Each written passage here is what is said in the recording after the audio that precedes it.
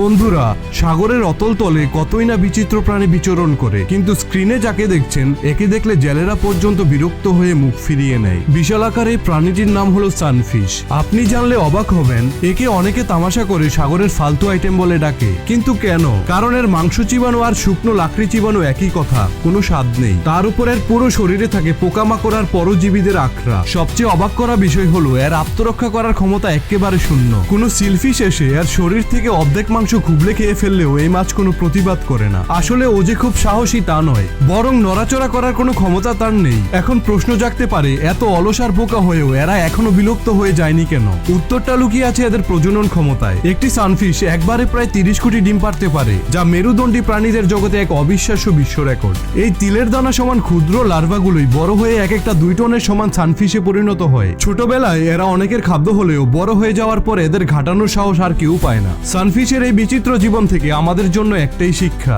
স্রেফ ধৈর্য ধরে টিকে থাকতে পারলেই একদিন আপনিও হবেন অজেয় দানব।